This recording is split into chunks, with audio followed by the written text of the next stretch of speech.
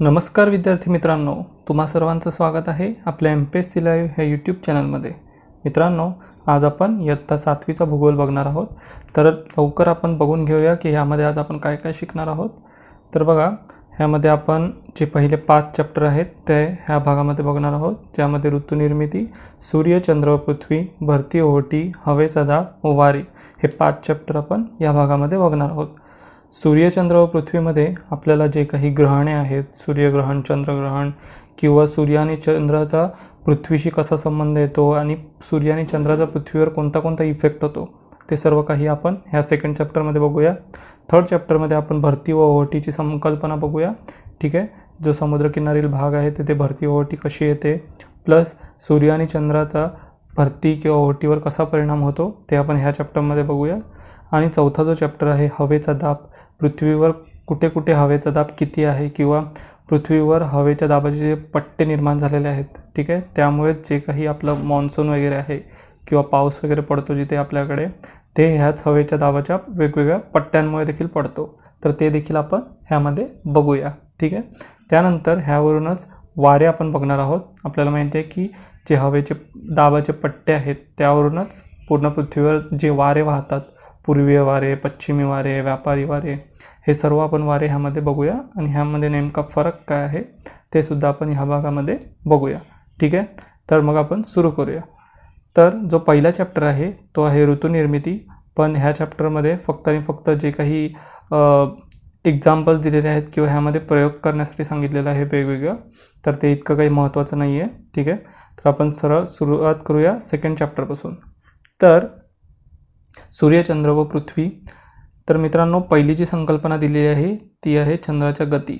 मित्रांनो, आपल्याला माहिती आहे की चंद्र हा पृथ्वीभोवती फिरतो आणि आपली जी पृथ्वी आहे ती सूर्याभोवती फिरते।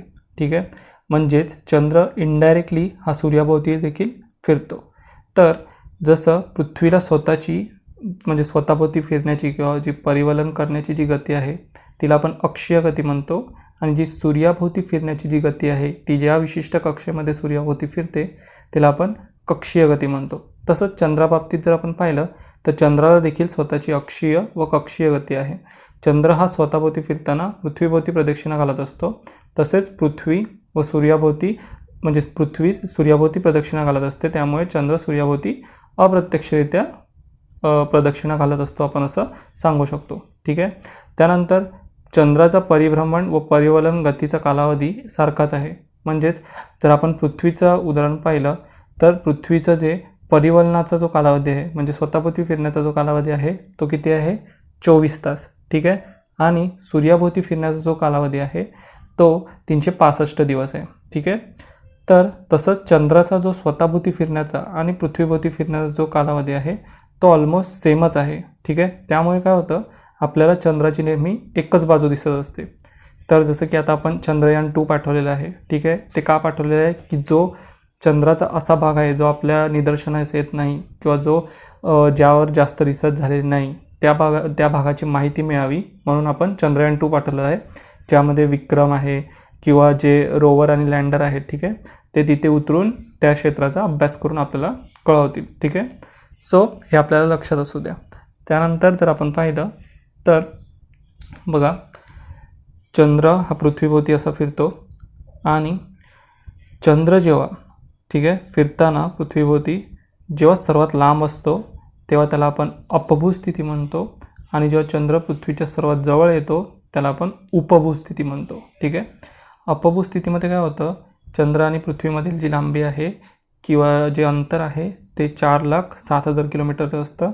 उपभू स्थितीमध्ये तेच अंतर 3,56,000 किलोमीटरचं होऊन जातं।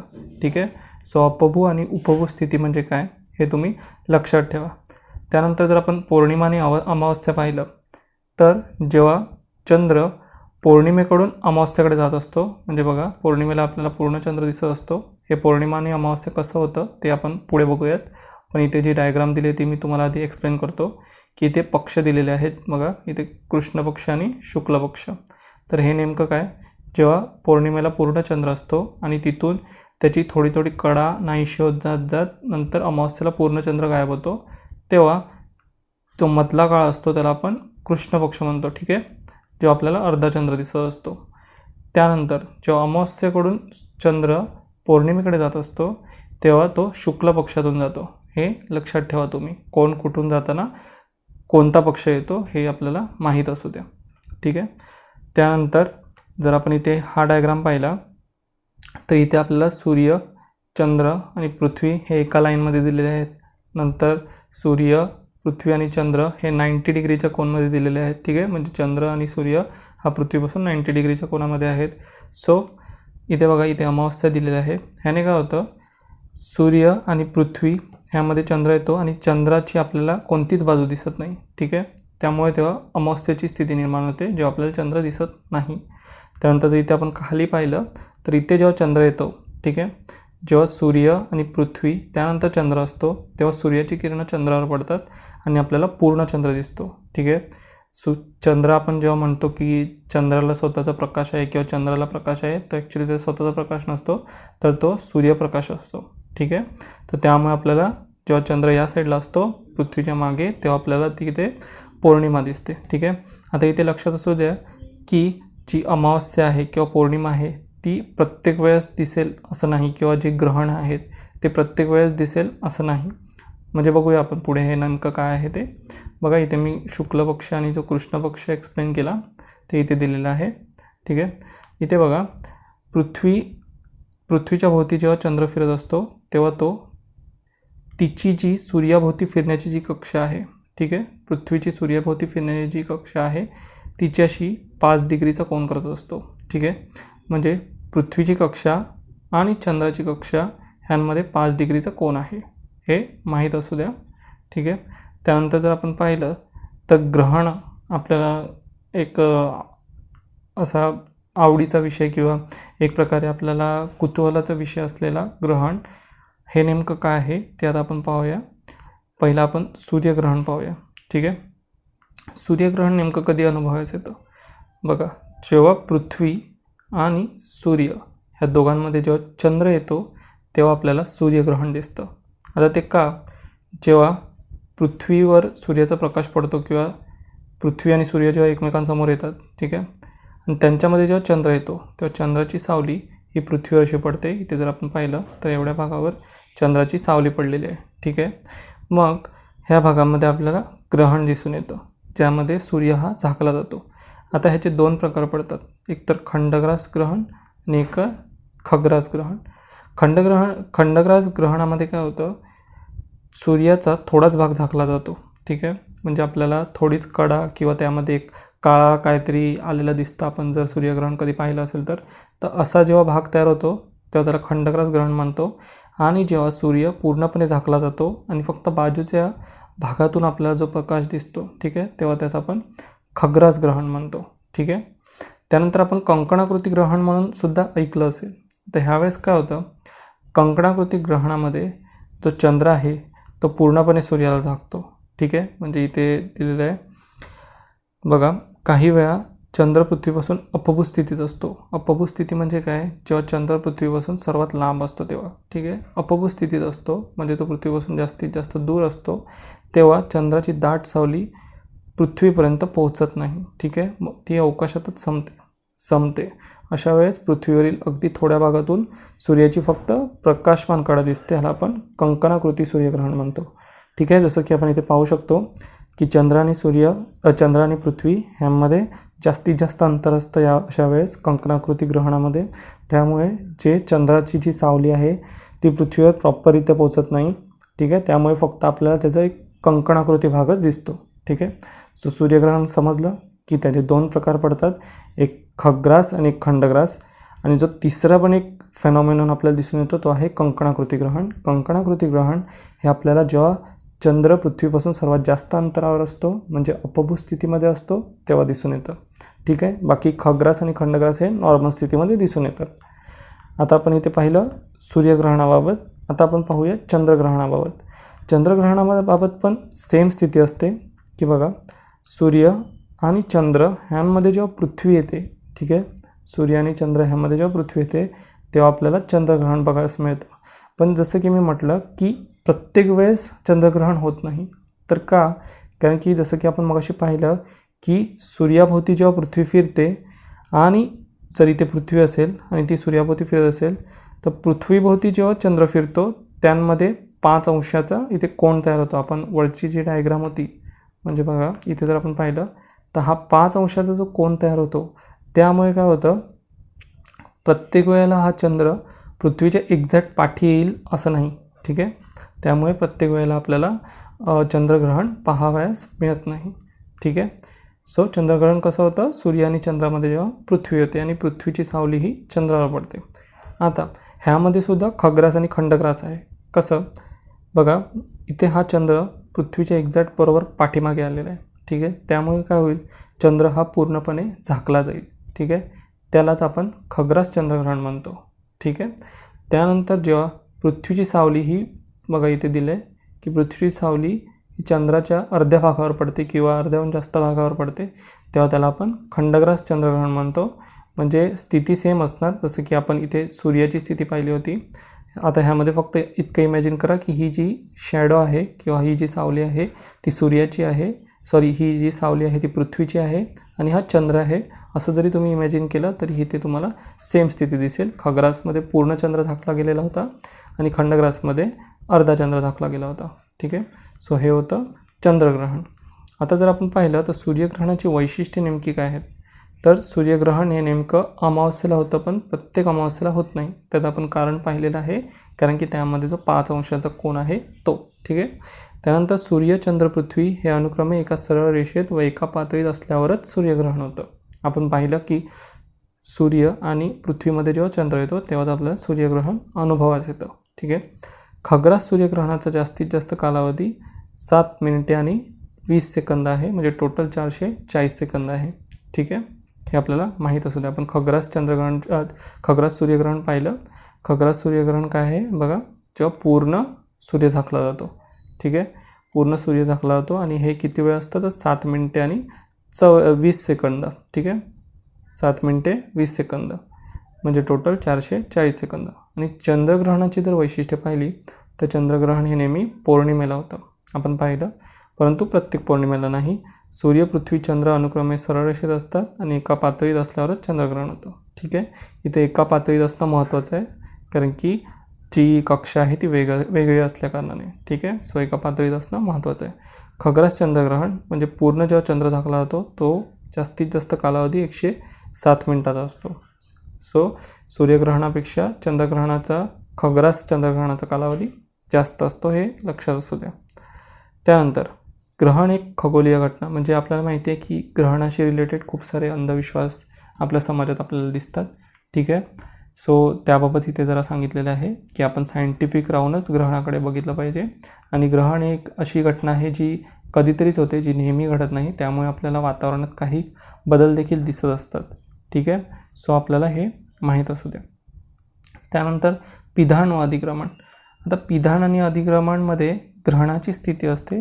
फक्त इतकंच लक्षात ठेवा की पिधानामध्ये चंद्र जेव्हा एखाद्या ताऱ्यासमोरून किंवा ग्रहासमोरून जातो अशा वेळी ती खगोलीय वस्तू जेव्हा चंद्राच्या मागे लुप्त होते तिला पिधान म्हणतात. ठीक आहे, जेव्हा पिधानामध्ये काय होतं, चंद्र जेव्हा एखाद्या ताऱ्यासमोरून किंवा ग्रहासमोरून जातो अशा काळास ती जी खगोलीय वस्तू आहे ती चंद्राच्या मागे जेव्हा लुप्त होते तिला आपण पिधान म्हणतो. ठीक आहे. आणि अधिक्रमण जे आहे, अधिक्रमणामध्ये चंद्र नाही तर कोणता तरी एखादा ग्रह, म्हणजे बघा पृथ्वी आणि सूर्य ह्यांच्या रेषेत जेव्हा बुध किंवा शुक्र ह्यांपैकी एखादा अंतर्ग्रह जेव्हा येतो त्याला आपण अधिक्रमण म्हणतो. सो बेसिक फरक लक्षात ठेवा, पिधानामध्ये चंद्र येतो मध्ये आणि अधिक्रमणामध्ये कोणता तरी ग्रह येतो. सो हे इतकं जरी तुम्ही लक्षात ठेवलं तरी तुम्हाला समजून जाईल. बघा इथे हा छोटासा जो टिपका येतो आहे तो बुध किंवा शुक्र असू शकतो. ठीक आहे. त्यानंतर आता आपण पुढचा जो चॅप्टर पाहिला तो आहे भरती आणि ओहोटी. मित्रांनो बघा, आपण जर तुमच्यापैकी कोणी समुद्रकिनारी राहत असेल तर आपल्याला माहीत असतं की कधीकधी समुद्राचं पाणी एकदम वर आलेलं असतं, उंच उंच लाटा येत असतात.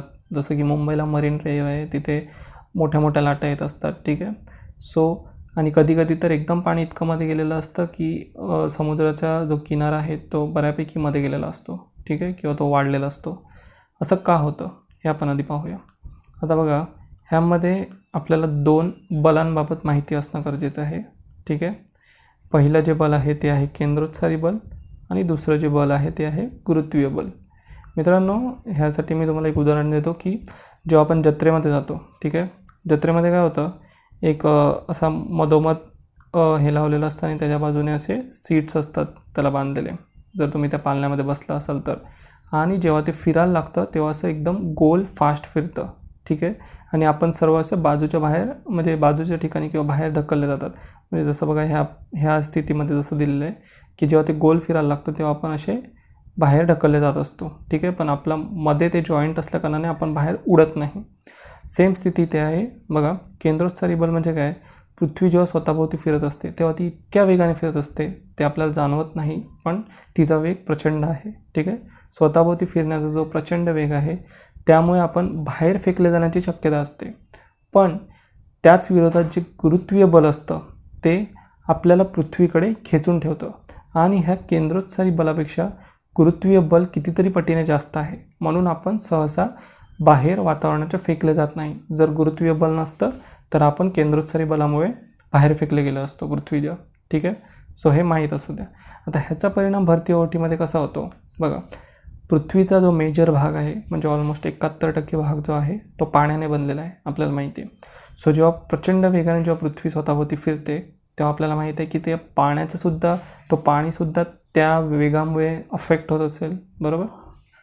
त्यामुळे काय होतं बघा, इथे जर आपण पाहिलं, जेव्हा पृथ्वी स्वतःभोवती फिरत असते तेव्हा हा जो बाजूचा भाग आहे त्या भागात पाणी जोरात फेकलं जात असतं, असा एक प्रकारे समजा, ठीक आहे. ह्या बाजूला जास्त प्रेशरने बाहेर जात असतं पाणी, त्यामुळे ह्या दोन्ही ठिकाणी भरती निर्माण होत असते, ठीक आहे. या दोन्ही ठिकाणी भरती निर्माण होत असते. आणि आता पाणी जर ह्या साईडला जास्त जात असेल तर ते कुठे ना कुठे तर कमी होणारच. मग ते कुठे ध्रुवाच्या ठिकाणी कमी होत असते, ठीक आहे. सो बाजूच्या ठिकाणी भरती आणि वरच्या ठिकाणी ओहोटी निर्माण होत असते. आता ह्यामध्ये चंद्र आणि सूर्य पण काही भूमिका बजावतात. आता ती नेमकी कोणती भूमिका आहे ते आपण बघूया. बघा, जेव्हा इथे जर आपण पाहिलं, सूर्य, चंद्र आणि पृथ्वी हे तिन्ही जेव्हा एका लाईनमध्ये असतात, म्हणजे आपण पाहिलं की अमावस्या आणि पौर्णिमेला, ठीक आहे, किंवा ग्रहण जेव्हा असतात तेव्हा हे जेव्हा एका लाईनमध्ये असतात तेव्हा ह्या चंद्राचं आणि पृथ्वीचं जे काही गुरुत्वाकर्षण बल आहे ते एका साईडने लागतं, बरोबर. त्यामुळे इथे खूप जास्त भरती येते, कारण की पृथ्वीचं स्वतःचं केंद्रोत्सारी बल तर आहेच, त्यानंतर चंद्राचं गुरुत्वीय बल आणि जे सूर्य आहे त्याचं गुरुत्वीय बल, ठीक आहे. त्यामुळे काय होतं, हे दोन्हीच्या गुरुत्वीय बळामुळे याच ठिकाणी मोठ्या प्रमाणात भरती निर्माण होते. ह्याला आपण उधाणाची भरती म्हणतो. जेव्हा खूप मोठी भरती असते तिला आपण उधाणाची भरती म्हणतो. तर इकडे भरती पातळी पाहिली तर बघा खूप वरती आहे ती, ठीक आहे. ह्याला आपण उधाणाची भरती म्हणतो. आणि जेव्हा उलट परिस्थिती किंवा अशी परिस्थिती होते ज्यामध्ये सूर्य एका ठिकाणी आहे आणि चंद्र एका ठिकाणी आहे आणि ह्यामध्ये जेव्हा 90 अंशाचा कोन असतो तेव्हा इथे जर 90 अंशाचा कोन असेल तर तेव्हा जी भरती निर्माण होते तिला आपण नॉर्मल भरती म्हणतो किंवा भांगाची भरती म्हणतो, ठीक आहे. लक्षात असू द्या की नॉर्मल भरती जेव्हा कधी तयार होते, नॉर्मल भरती ही स्वतःच्या केंद्रोत्सारी बलामुळे तयार होते. आणि जेव्हा चंद्र सूर्य जेव्हा 90 अंशाच्या कोणामध्ये असतात तेव्हा भांगाची भरती तयार होते किंवा सरासरी भरतीपेक्षा तेव्हा कमी भरती असते. त्यानंतर जी उधाणाची भरती आहे ती कधी निर्माण होते, जेव्हा सूर्य आणि चंद्र एकाच ठिकाणी त्याचं गुरुत्वाकर्षण बळ लागतं तेव्हा जी उधाणाची भरती आहे ती निर्माण होते. सेम जर आपण पाहिलं ओहोटी कधी निर्माण होते, अशी ओहोटी निर्माण होते बघा. पहिला हे ओहोटी, इथे जी ओहोटी आहे ती अशा काळामध्ये, ठीक आहे, भांगाची ओहोटी आहे, भांगाची ओहोटी किंवा सरासरीपेक्षा कमी ओहोटी आहे. आणि जेव्हा उधाणाची भरती असते तेव्हाच ओहोटी देखील इथे जास्त असणार, कारण की जेव्हा इथे पाणी जास्त चढतं तेव्हा इथे जास्तीत जास्त पाणी कमी होत असणार. सो ही झाली उधाणाची ओहोटी, ठीक आहे. आता हे आपण इथे पाहिलेलं आहे की उधाणाची भरती ओहोटी म्हणजे काय किंवा भांगाची भरती ओहोटी म्हणजे काय. आता आपण बघूया भरती ओहोटीचे नक्की परिणाम काय आहेत. तर भरतीच्या पाण्याबरोबर मासे खाडीत येतात. हे आपल्याला माहीत असतं की जेव्हा किनारी भागात, खाडी भागामध्ये जेव्हा मासेमारी केली जाते तिथे जे पाणी येतं ते भरती ओहोटीमुळे येत असतं आणि तेव्हा मासे देखील तितक्याच प्रमाणात खाडीत येत असतात. त्यानंतर पाण्यातील कचऱ्याचा निचरा होत असतो, समुद्रकिनारा स्वच्छ राहतो, कारण की भरती आल्याने तिथला जो काही कचरा असतो तो समुद्र स्वतःबरोबर परत नेत असतो. त्यानंतर बंदरे ही गाळाने भरत नाहीत, ठीक आहे, कारण की गाळ हा भरतीबरोबर खेचला जातो किंवा भरतीच्या वेळेस जहाजे बंदरात आणता येतात, कारण की पाणी वाढलेलं असतं, सो जहाजांना इझी पडतं. त्यानंतर भरतीचे पाणी मिठागरात साठवून त्या पाण्यापासून मीठ तयार केले जाते. त्यानंतर भरतीच्या ओहोटीच्या क्रियेमुळे वीज निर्माण केली जाते. त्यानंतर भरती ओहोटीच्या वेळेचा अंदाज नीट न आल्यास त्या व्यक्तींना धोका असू शकतो. म्हणजे आपल्याला माहिती आहे की समुद्रात बरेच जण जाऊन बुडतात, स्पेशली दुपारच्या वेळेस वगैरे, कारण की तेव्हा भरतीचा टाईम असतो आणि त्याचा जर प्रॉपर आपल्याला अंदाज आला नाही तर त्यामुळे अपघात होण्याची शक्यता देखील तितकीच असते. त्यानंतर भरती ओहोटीमुळे तिवरीची वने आणि किनारी भागातील जैवविविधता इत्यादींचा विकास व जतन होतं. आता इथला जो चार्ट आहे तो बघूया आपण, की भरती ओहोटीच्या वेळी पाण्याच्या पातळीतल्या फरकास भरती ओहोटीची कक्षा म्हणतात, ठीक आहे. त्यानंतर ही कक्षा जास्तीत जास्त म्हणजे नॉर्मली 30 सेमी इतकी असते, पण भारतीय द्वीपकल्पीय किनारी भागात ही कक्षा सुमारे 100 ते 150 सेंटीमीटर असू शकते, ठीक आहे. खुल्या समुद्रात ही 30 सेंटीमीटर आहे, तर जो भारतीय द्वीपकल्पीचा किनारी भाग आहे तिथेही 100 ते 150 सेंटीमीटर आहे. जगात जर सर्वाधिक कक्षा जर आपण पाहिली तर ती फँडी किंवा फंडीच्या उपसागरात, जे की उत्तर अमेरिकेच्या ईशान्य भागाचं आहे. म्हणजे जर इथे उत्तर अमेरिका असेल, ठीक आहे, त्याचा ईशान्य भाग म्हणजे ह्या साईडला आहे. सो तो फँडीचा समुद्र इथे सर्वात जास्त आहे, ती आहे 1600 सेंटीमीटर, ठीक आहे. आणि भारतातील जर आपण पाहिलं तर भारतातील सर्वात मोठी भरती ओहोटीची कक्षा ही खंबातचा आखात म्हणजे गुजरात साईडला, आणि ती आहे 1100 सेंटीमीटर, ठीक आहे. 1100 सेंटीमीटर भारतातील सर्वात मोठी भरती ओहोटीची कक्षा खंबातच्या आखातात आहे आणि जगातील आहे ती फँडीच्या उपसागरात आहे, ठीक आहे. सो हे माहीत असू द्या. त्यानंतर जर आपण पाहिलं तर लाटांबाबत जर आपण पाहिलं, बघा पुढची जी कॉन्सेप्ट आहे ती लाटांबाबत आहे. आपण अशा लाटा पाहिल्या असतील. आता लाटांची लांबी जी बघितली जाते ती 2 शीर्ष, वरचा भाग म्हणजे शीर्ष आणि द्रोणी म्हणजे खालचा भाग. 2 शीर्षांमध्ये किंवा 2 द्रोण्यांमध्ये जी लांबी आहे तिला आपण एका लाटेची लांबी म्हणतो. ह्यामध्ये माहीत असू द्या की लाट ही फक्त जे काही समुद्रातलं जे करंट असतं ज्याला आपण म्हणतो, किंवा जी ऊर्जा असते तिचं वहन करत असते, ना की पाण्याचं. आपण बऱ्याच वेळा पाहतो की कधी आपल्याला एखादी पाण्याची बॉटल किंवा जी प्लास्टिकची बॉटल असते ती आपल्या समुद्रात तरंगताना दिसते, पण बऱ्याच वेळा ती किनाऱ्याकडे सहजा येत नाही. तर ते असं का होतं? कारण लाटा ह्या ऊर्जेचं वहन करत असतात, ठीक आहे. बघा, शक्तीने ऊर्जा पाणी गतिमान प्रवाही होते आणि ह्यामुळे सागरजल ढकलले जाते आणि पाण्यावर तरंग निर्माण होतात. तर हे ऊर्जेचं वहन करत असतात, ना की पाण्याचं. पण जर जास्त प्रचंड ऊर्जा असली तर त्या थोड्याफार प्रमाणात पाणी देखील पुढे येत असतं. त्यानंतर आपण सुनामी लाटांबाबत पाहिलं असेल की जेव्हा त्याच्यामध्ये प्रचंड ऊर्जा असते आणि त्याची उंची देखील प्रचंड असते. त्यानंतर जर आपण पाहिलं, आता आपण पुढचा चॅप्टर बघूया. ह्यामध्ये आता अजून काही नाही आहे, मी ह्यामध्ये फक्त कॉन्सेप्ट्स डिस्कस करतो आहे जेणेकरून आपल्याला कॉन्सेप्ट्स क्लिअर व्हावे, ठीक आहे. जो काही फॅक्च्युअल डेटा वगैरे असेल तो आपण स्टँडर्ड बुक्समधून कवर करणारच आहोत, जे की पुढील भागामध्ये येतील. आता आपण हवेचा दाब ह्याबाबत माहिती घेऊया. आपल्याला माहिती आहे की पृथ्वीवर हवेचं आवरण आहे, ठीक आहे. आपण वातावरणात राहतो, तिथे जो हवा जी आहे तिचा एक विशिष्ट दाब असतो, ठीक आहे. म्हणजे जसं इथे एक उदाहरण दिलेलं आहे की तुम्ही अशा प्रकारे ह्यामध्ये कॅन्डल जळवून म्हणजे हे गरम झाल्यावर हवा कशी वरती जाते वगैरे हे सर्व इथे या चित्रांमध्ये दिलेलं आहे. आता हवेचा दाब याच्यामध्ये प्रदेशाची उंची हे देखील मॅटर करतं हवेच्या दाबाबाबतीत. हवेतील धुळीकण, बाष्प, जडवायू इत्यादी घटकांचे प्रमाण भूपृष्ठालगत जास्त असते. जशी उंची वाढत जाते तसे ते प्रमाण कमी होत जाते. म्हणजे भूपृष्ठापासून जसजसे उंच जावे तशी हवा विरळ होत जाते. आणि जर हवा विरळ होत असेल तर हवेचा दाब देखील उंचीनुसार कमी असणार हे आपल्याला माहीतच आहे, ठीक आहे. हवेचे तापमान व हवेचा दाब जर आपण इथे पाहिलं, आपण डायरेक्ट आता मी तुम्हाला हे डायग्राम्स एक्सप्लेन करतो, ठीक आहे.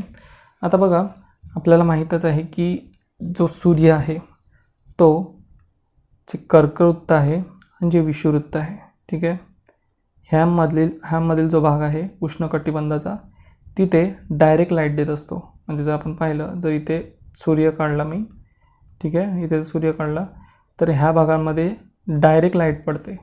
त्यामुळे ह्या भागामध्ये जेव्हा डायरेक्ट ऊर्जा मिळते किंवा या भागामध्ये जेव्हा डायरेक्ट प्रकाश येतो, त्यामुळे काय होतं, हा जो इथे विषुववृत्त आहे, विषुववृत्तावर सर्वात जास्त गरम असतं किंवा सर्वात जास्त ऊर्जा असते किंवा सर्वात जास्त लाईट पडते सूर्याची. त्यामुळे इथली हवा तापते, ठीक आहे, तापते, ती गरम झाल्यावर वरती जाते आणि ह्या भागामध्ये एक पोकळी तयार होते आणि तिथे कमी दाबाचा पट्टा निर्माण होतो, ठीक आहे. हवेचा कमी दाबाचा पट्टा ह्या विषुववृत्तीय भागांमध्ये निर्माण होतो. त्यानंतर आता ही वर गेलेली हवा कुठे ना कुठे तर खाली येणारच. मग ती कुठे खाली येते, तर हा जो 25 ते 35 मधला 25 अंश आणि 35 अंश मधला प्रदेश आहे, ठीक आहे, तिथे ती खाली येते आणि तिथे जेव्हा ती हवा खाली येते तेव्हा तिथे जास्त दाबाचा पट्टा निर्माण होतो. म्हणून इथे जर आपण पाहिलं तर इथे मध्य अक्षवृत्तीय जास्त दाबाचा पट्टा निर्माण झालेला आहे. आता आपल्याला हे माहीत असेल की वारे जे आहेत ते जास्त दाबाकडून कमी दाबाच्या पट्ट्याकडे वाहतात, ठीक आहे. आता बघा, इथे जास्त दाबाचा पट्टा आहे आणि आता एक कमी दाबाचा पट्टा आहे.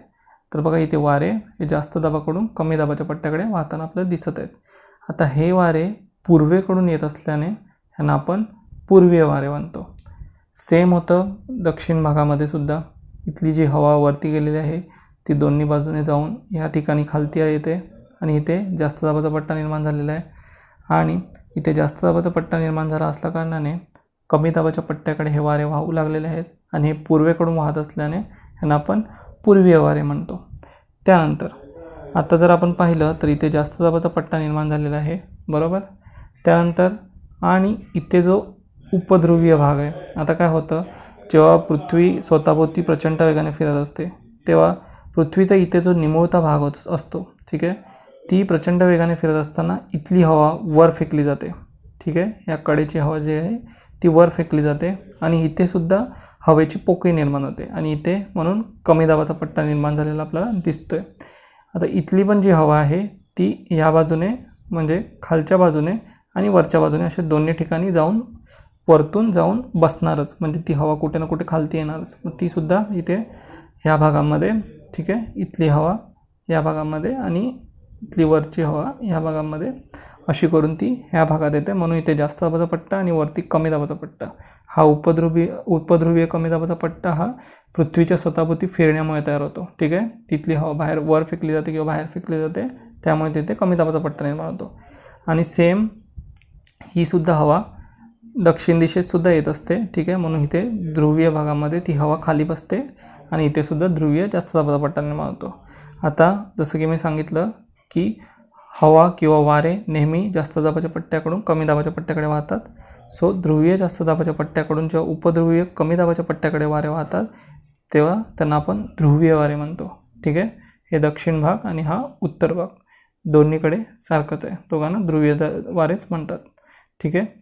आणि इथला जो जास्त दाबाचा पट्टा आहे, इथून जेव्हा उपध्रुवीय कमी दाबाच्या पट्ट्याकडे वारे वाहतात ते पश्चिम दिशेने वाहतात, म्हणून त्यांना पश्चिमी वारे म्हणतात. हे जे दिशा देऊन जे वारे ज्यांना सांगितलं जातं ते ज्या दिशेने येतात त्या दिशेपासूनच त्याचं जे नामकरण केलेलं आहे. म्हणजे हे पश्चिम दिशेने येतात म्हणून पश्चिमी वारे, हे पूर्व दिशेने येतात म्हणून पूर्व वारे, ठीक आहे. सो आता तुम्हाला हे समजलं असेल. हे इथे उष्णकटिबंध किंवा समशीतोष्ण कटिबंध हे सूर्याची उष्णता कोणत्या भागाला किती मिळते त्यावर आहे. म्हणजे सूर्य इथून सर्वात जास्त उष्णता ही ह्या उष्णकटिबंधाला देत असतो, म्हणून याला उष्णकटिबंध म्हटलेलं आहे, ठीक आहे. याची डायरेक्ट लाईट इथे पडते. इथे थोडी तिरपी लाईट पडते सूर्याची, म्हणून इथे समशीतोष्ण कटिबंध आहे.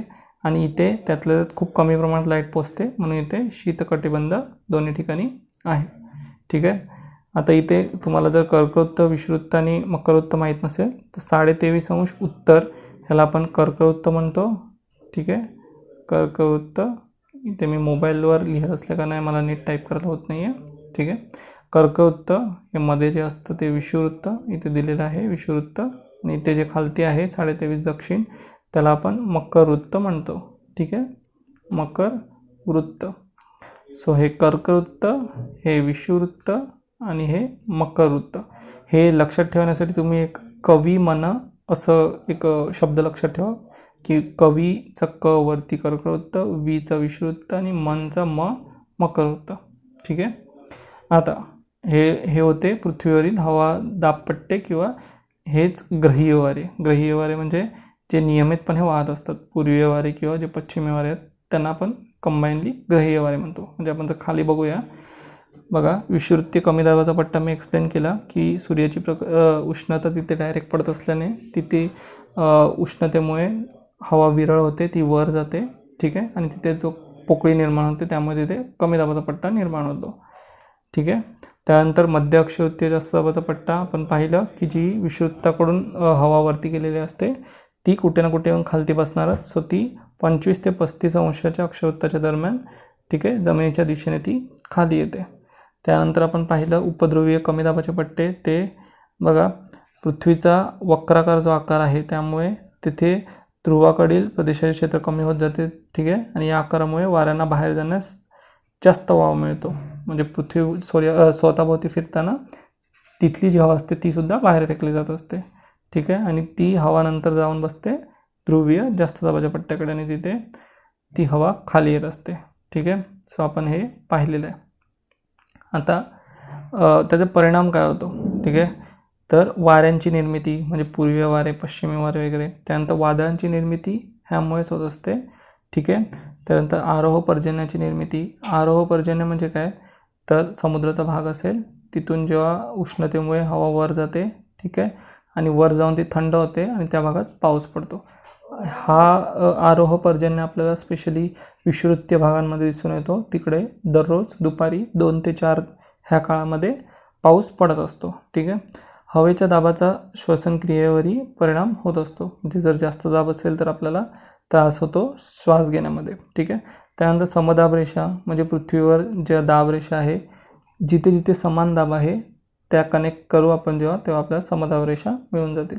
ठीक आहे.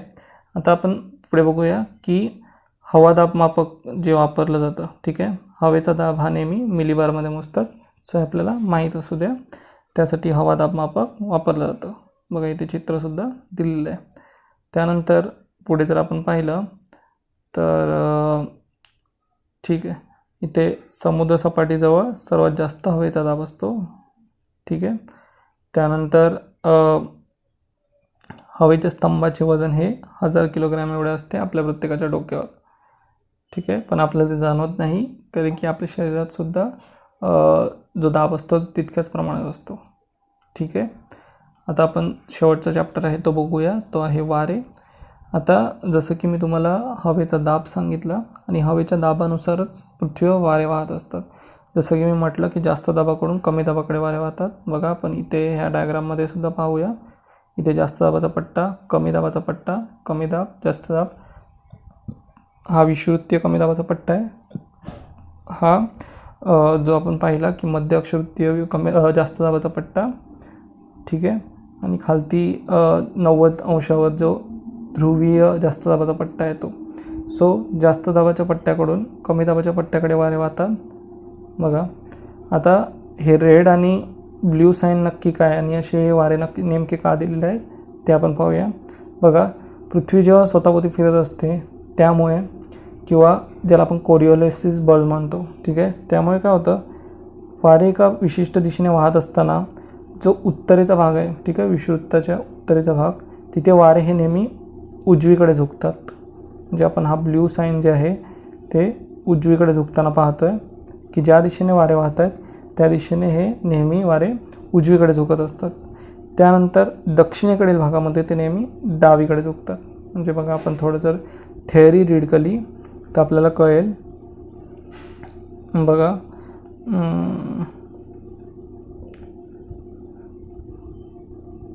हवेच्या दाबातील फरकातील तीव्रतेचा परिणाम वाऱ्याच्या गतीवर होतो. हवेच्या दाबातील फरक जेथे कमी असेल तेथे वारे मंद गतीने वाहतात.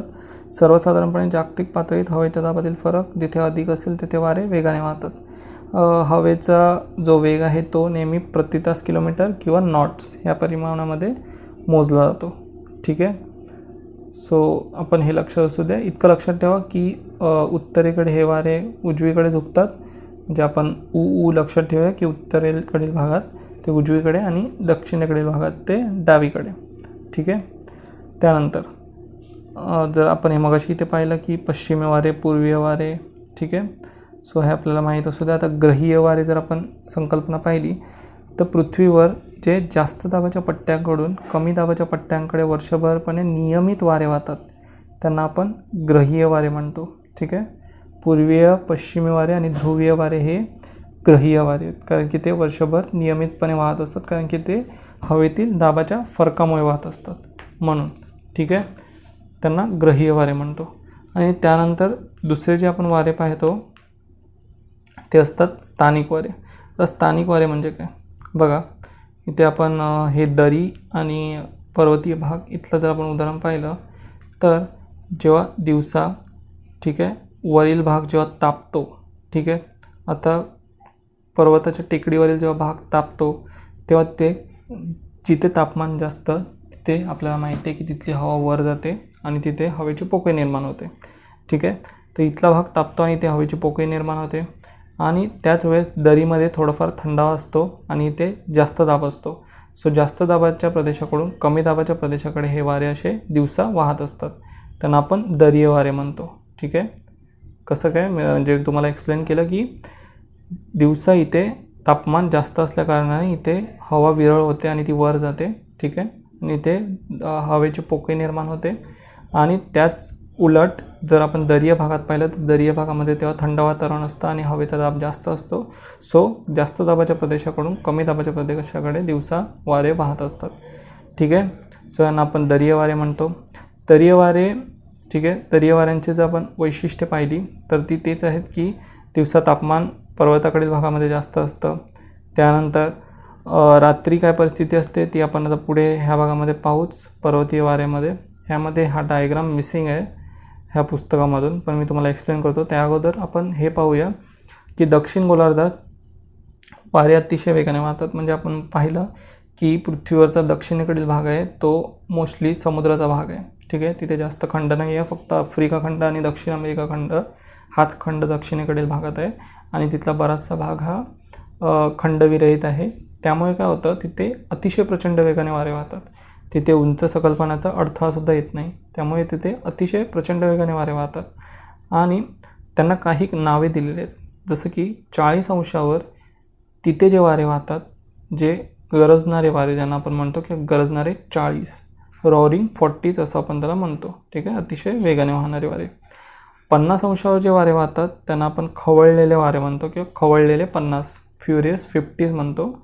आणि 60 अंश दक्षिणे अक्षांशाभोवती जे वारे वाहतात त्यांना आपण किंचाळणारे 60 किंवा स्क्रीचिंग 60 असं म्हणतो.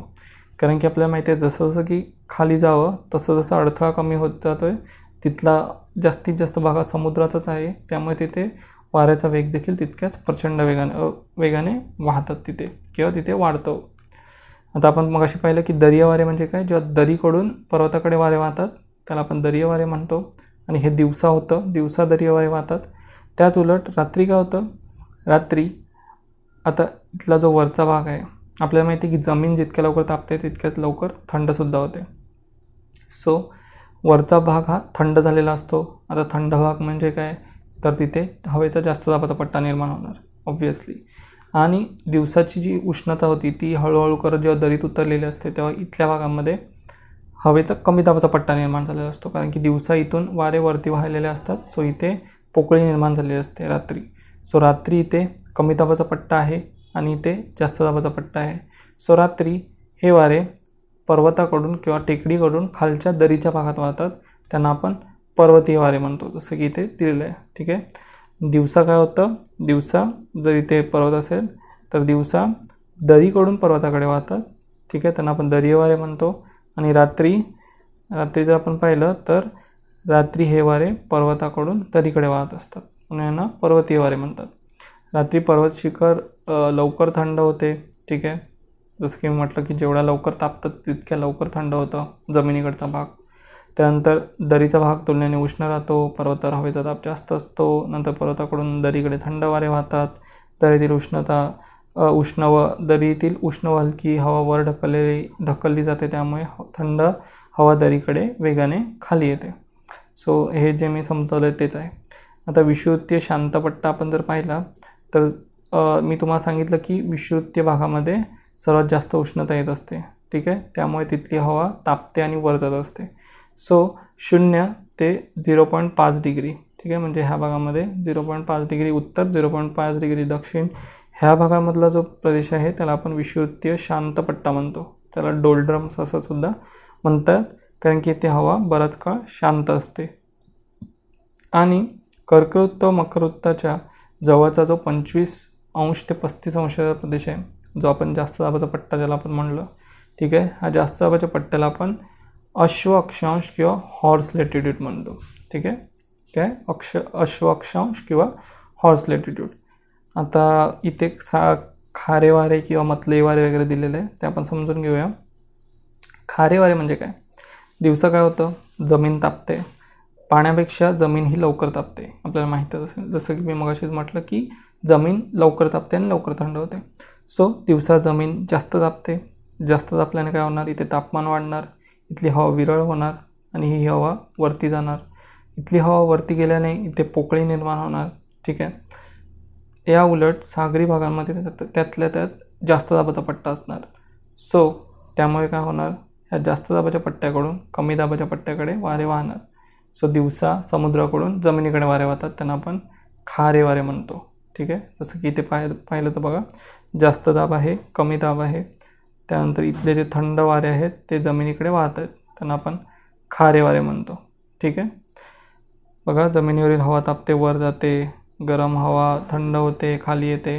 ठीक आहे, सो हे चक्र चालूच असतं.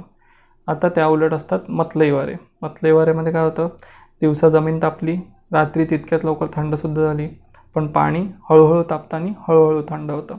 सो इथे उष्णता असते थोडीफार, असं आपण समजूया की इथे थोडंफार गरम असतं, त्यामुळे इथे कमी दाबाचा पट्टा निर्माण होतो. ठीक आहे, आणि जमीन लवकर थंडी झाली कारणाने तिथे जास्त दाबाचा पट्टा निर्माण होतो. आणि ह्या जास्त दाबाच्या पट्ट्याकडून कमी दाबाच्या पट्ट्याकडे जे वारे वाहतात त्यांना आपण मतलई वारे म्हणतो किंवा भूमीय वारे म्हणतो. मतलई वारे हे जमिनीकडून समुद्राकडे वाहत असतात, तर खारे वारे हे समुद्राकडून जमिनीकडे वाहत असतात. हे आपल्याला माहीत असू द्या. सो हीच त्याचं वैशिष्ट्य आहेत. आता इथे काही जागतिक स्थानिक वारे दिलेले आहेत, त्यातले आपण काही बघूया. जर आपण लू पाहिलं तर लू हे उत्तर भारतात वाहतात. ठीक आहे, उत्तर भारतीय मैदानी प्रदेशामध्ये बहुधा दुपारी वाहतात आणि हे अतिशय उष्ण वारे असतात, उष्ण आणि कोरडे वारे असतात. आपण बऱ्याच वेळा ऐकलं असेल की UP किंवा मध्य प्रदेश ह्या भागांमध्ये उष्णतेमुळे किंवा उष्माघातामुळे बळी जातात बऱ्याच लोकांचे, तर त्यामध्ये लू वाऱ्यांचा देखील समावेश असतो. त्यानंतर सिमोम वारे हे सुद्धा उष्ण, कोरडे आणि विनाशकारी असतात, जे सहारा आणि अरेबियन वाळवंटातून अतिशय वेगाने वाहत असतात. ठीक आहे, त्यानंतर चिनूक.